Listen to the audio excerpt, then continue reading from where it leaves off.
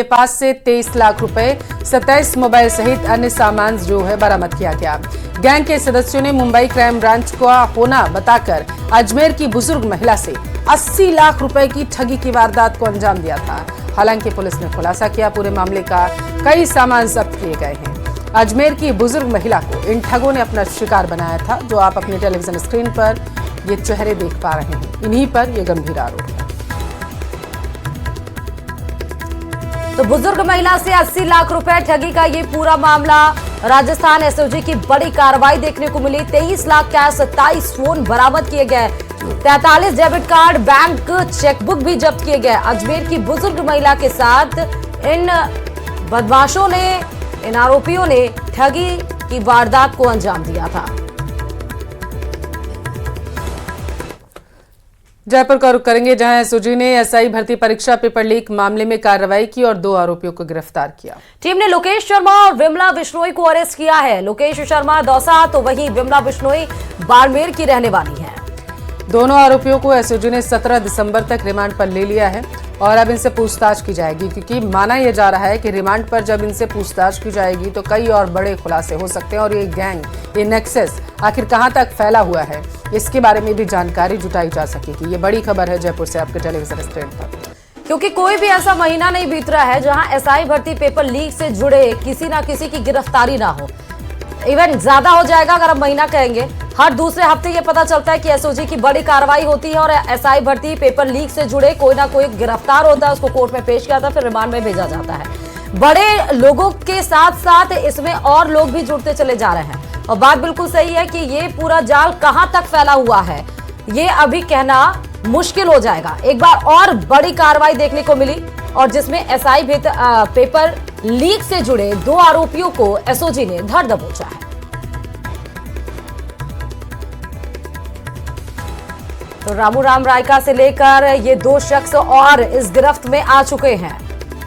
SI भर्ती paper leak मामले से जुड़ी ये बड़ी खबर आपके टेलीविजन स्क्रीन पर है। 2 और आरोपियों को गिरफ्तार किया गया है। टीम लगातार इस पूरे मामले को लेकर के कार्रवाई कर रही है, क्योंकि प्रशासनिक अधिकारियों की तरफ से निर्देश दिए गए हैं कि जिस तरीके से ये महाघोटाला हुआ भर्ती में, इसको लेकर के लगातार कार्रवाई आगे बढ़ाई जाए ताकि जो पीड़ित लोग हैं उन्हें न्याय मिल सके और दूसरी तरफ आरोपी पर शिकंजा कसा जा सके, एक नज़ीर पेश की जा सके कि अगर ऐसी कोई कार्रवाई करता है तो उस पर ठोस कदम उठाए जाएंगे। तो चलिए एक और बड़ी खबर आपको सीकर से बताते चले। दरअसल रिंग्स में चल रहे मेगा ट्रेड फेयर में आग लग गई है। रिंगस में बताया जा रहा है ये हादसा हुआ है जहां पर भूत बंगले में रखे उपकरण जलकर राख हो गए हैं। रिंगस नगर पालिका की दमकल ने आग पर काबू पा लिया। बिना जांच पड़ताल के ही यहां पर बताया जा रहा है मेले की परमिशन दी गई थी। देर रात तक मेले का संचालन किया गया, जिसकी वजह से ये आरोप लगाए जा रहे हैं यहाँ पर कि कोई परमिशन नहीं ली गई थी, देर रात तक यहाँ पर कार्यक्रम चलाया जा रहा था और इसी दौरान ये बड़ा हादसा देखने को मिला। सीकर के रिंगस यानी कि खाटू श्याम जी मंदिर से मात्र थोड़ी सी दूरी यहाँ पे रिंगस से रह जाती है। रिंगस से लगातार लोग पैदल जाते हैं खाटू श्याम मंदिर ध्वजा लेकर के और यहाँ पर यह हादसा देखने को मिला है। बताया जा रहा है रिंगस नगर पालिका की दमकल ने हालांकि आग पर काबू तो पा लिया है, लेकिन यहाँ पर एक बड़ा हादसा होने से भी टल गया है, इसमें कोई दो राय नहीं। और ये भी बता दें कि रिंगस में मेगा ट्रेड फेयर चल रहा था, उस दरमियान ये हादसा हुआ है। रात करीब 1 बजे आग लगने की घटना मिली स्कूल के खेल मैदान में। मेले में ये घटना जो चल रही थी उसमें ये घटित हुई। हालांकि कड़ी मशक्कत के बाद आग पर काबू पाया गया है, लेकिन फिलहाल ये भूत बंगले में रखे उपकरण जलकर राख हो गए हैं, ऐसी खबर।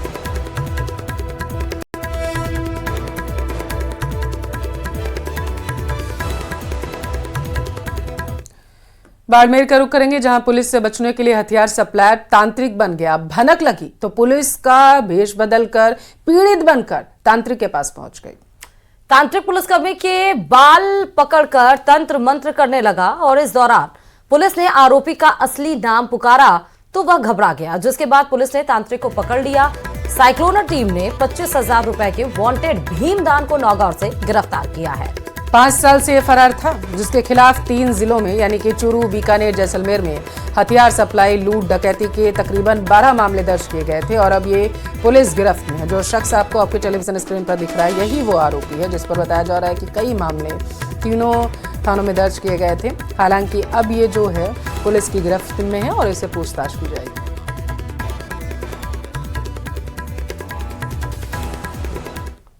ऑपरेशन गयाविधि कल देर शाम सफलतापूर्वक संपन्न हुआ। यह कहानी है एक ऐसे अपराधी की पिता की मृत्यु का बदला लेने के लिए जिसके दिल में प्रतिशोध की आग जलती रही और धीरे धीरे उस आग ने उसके पूरे जीवन को ले लिया। प्रतिशोध पूरा हुआ या नहीं हुआ यह तो वही बता पाएगा, और उस आग में उसका पूरा जीवन होम हो गया। पिता की मृत्यु का बदला लेने के लिए उसने हथियार चलाना सीखा, हथियार बनाना सीखा और हथियार से बदला तो नहीं ले पाया और बहुत सारे पैसे कमा लिए। उससे भी संतुष्टि नहीं हुई तो पितरों की संतुष्टि के लिए, पितरों की आत्मा की संतुष्टि के लिए, अपनी आत्मा की संतुष्टि के लिए जादू टोना सीखा। खुद के जीवन में शांति आई या नहीं आई ये तो नहीं मालूम, और दूसरों को जीवन में शांति लाने के नाम पर बेवकूफ बनाने का धंधा चल गया। और इधर प्रधानमंत्री नरेंद्र मोदी ने लोकसभा में संविधान के 75 साल पर चल रही चर्चा में हिस्सा लिया और इस दौरान उन्होंने कांग्रेस पर जमकर निशाना भी साधा। पीएम मोदी ने कहा है कि कांग्रेस की रगों में संविधान है ही नहीं। दरअसल कांग्रेस के माथे पर इमरजेंसी का पाप है जो कभी धुल ही नहीं सकता। उन्होंने आपातकाल से लेकर शाहबानो मामले तक का उल्लेख कर संविधान पर किए गए हमलों का जिक्र किया। उन्होंने राहुल गांधी का नाम लिए बगैर उन पर तीखा हमला बोला। उन्होंने इस दौरान सरकार की ओर से विभिन्न तबकों के लिए उठाए गए कल्याणकारी योजनाओं का भी जिक्र किया। पीएम मोदी ने संसद में चर्चा के दौरान देश में समान नागरिक संहिता लागू करने की सरकार के इरादे को भी साफ कर दिया। पीएम मोदी ने कहा कि संविधान निर्माताओं, संविधान सभा की भावनाओं के अनुरूप हम देश में सेकुलर सिविल कोड लागू करने के लिए पूरी तरीके से ताकत से लगे हैं।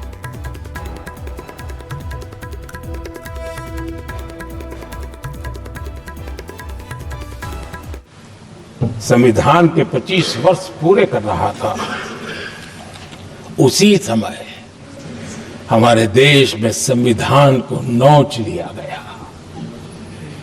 इमरजेंसी आपातकाल लाया गया।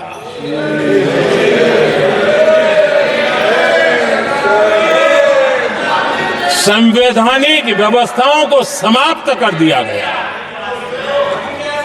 देश को जेल खाना बना दिया गया, नागरिकों के अधिकारों को लूट लिया गया, प्रेस की स्वतंत्रता को ताले लगा दिए गए और कांग्रेस के माथे पर जो पाप है ना, वो कभी भी धुलने वाला नहीं है, कभी भी धुलने वाला। यह सब हिंदुस्तान, दुनिया में जब जब लोकतंत्र की चर्चा होगी, कांग्रेस के माथे का ये पाप कभी धुलने वाला नहीं है, क्योंकि लोकतंत्र का गला घोंट दिया गया था। भारत के संविधान निर्माताओं की तपस्या को मिट्टी में मिलाने की कोशिश की गई थी। और एक पीढ़ी आगे चले और उस पीढ़ी ने क्या किया? भारत के संविधान के तहत देश की जनता जनार्दन सरकार चुनती है और वो सरकार का मुखिया कैबिनेट बनाता है। ये संविधान के तहत है। इस कैबिनेट ने जो निर्णय किया, संविधान का अपमान करने वाले अहंकार से भरे लोगों ने पत्रकारों के सामने कैबिनेट के निर्णय को फाड़ दिया। संविधान को हर मौके पर संविधान के साथ खिलवाड़ करना, संविधान को न मानना, ये जिनकी आदत हो गई थी। और दुर्भाग्य देखिए, एक अहंकारी व्यक्ति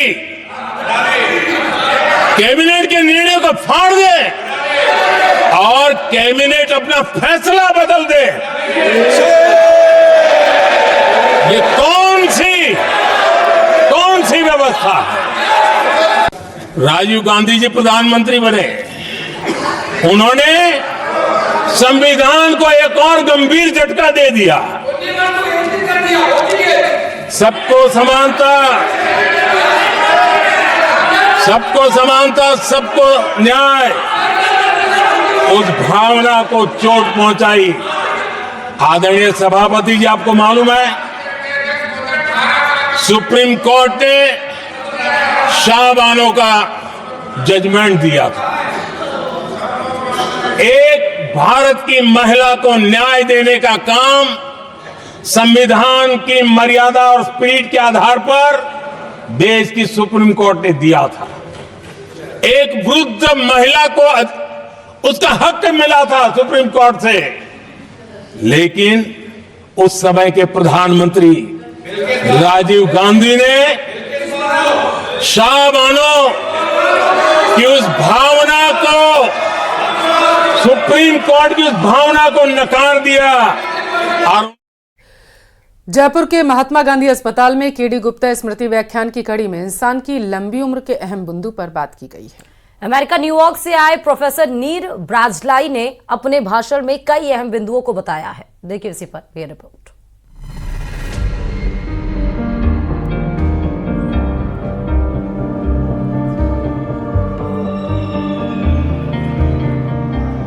भले ही हमें 100 साल या इससे ज्यादा की आयु पाना बहुत ज्यादा मुश्किल काम लगता हो, लेकिन इसे आसान बनाया जा सकता है।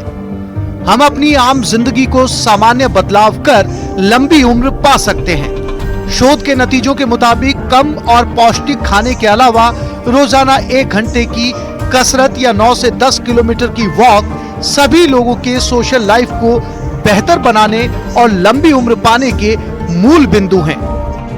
ज़िंदगी बहुत अहम चीज़ है और उसमें क्वांटिटी एंड क्वालिटी 2 चीज़ें हैं। तो हमको अपनी ज़िंदगी में क्वालिटी ऐड करनी है क्वांटिटी के साथ। सिर्फ क्वांटिटी के साथ हमारा मकसद हल नहीं होता। आई कैन बी ओल्ड, बूढ़ा हो जाऊंगा मैं, लेकिन अगर मैं उसमें क्वालिटी नहीं डालूंगा, it does not serve a purpose. तो इसलिए हमारे को जो बोला इन्होंने कि एक हेल्दी लाइफस्टाइल मेंटेन करना है, which includes exercise, which includes a nutritious, good diet, a good sleep, a healthy mind and a healthy life, which you have to do that. Professor नीर ब्राजिलाई ने कहा, हालांकि इंटरनेट मोबाइल के असर पर पूरी तरह से अलग से शोध किया जाना चाहिए, लेकिन इसका ज्यादा उपयोग हमें उन सभी बिंदुओं पर काम करने से रोकता है जिससे अपने गुणवत्तापूर्ण जीवन को बढ़ाया जा सकता है। साथ ही खाने का व्यवहार और आम जिंदगी में ली जा रही दवाओं के असर को भी परखा जा रहा है। हर मुल्क के अपने अलग भौगोलिक हालात हैं, लेकिन डायबिटीज में शुगर कंट्रोल के लिए दी जाने वाली दवा मेटफॉर्मिन के असर एजिंग रोकने में मददगार होते नजर आए हैं। So I was basically talking about the principle that aging is something that we can do something about. And not only we can do something about, we should do it before we get sick, not after we get sick. Because the concept is that this aging that we can see, we see who's old and who's young, it's in all our cells. This aging is what drives diseases. So rather than wait for diseases, let's target the process of aging, let's prevent the diseases. Professor नीर ब्राजिलाई ने कहा कि हालांकि internet mobile के असर पर पूरी तरह से अलग से रिसर्च की जानी चाहिए, ऐसे में ये कहा जा सकता है कि मोबाइल के उपयोग के हमारे वर्तमान तरीके दीर्घायु प्राप्त करने में बाधक हैं। और चलिए खबरों में आगे बढ़ते हुए बताते चलें कि प्रदेश की करीब 230 एडवोकेट बार में शुक्रवार को चुनाव हुए और प्रदेश की जिला बार एसोसिएशन के परिणाम शुक्रवार को ही आ गए थे।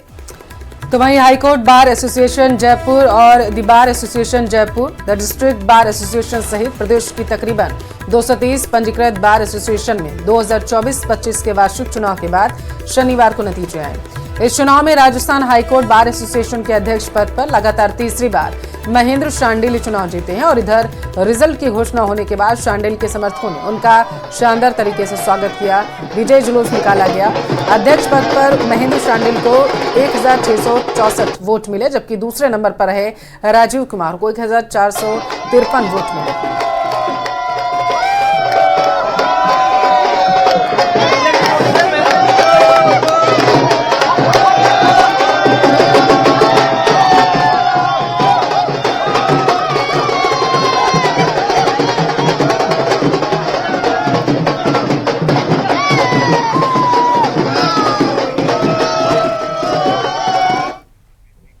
आइए अब आपको दिखाते हैं 10 बड़ी खबरें।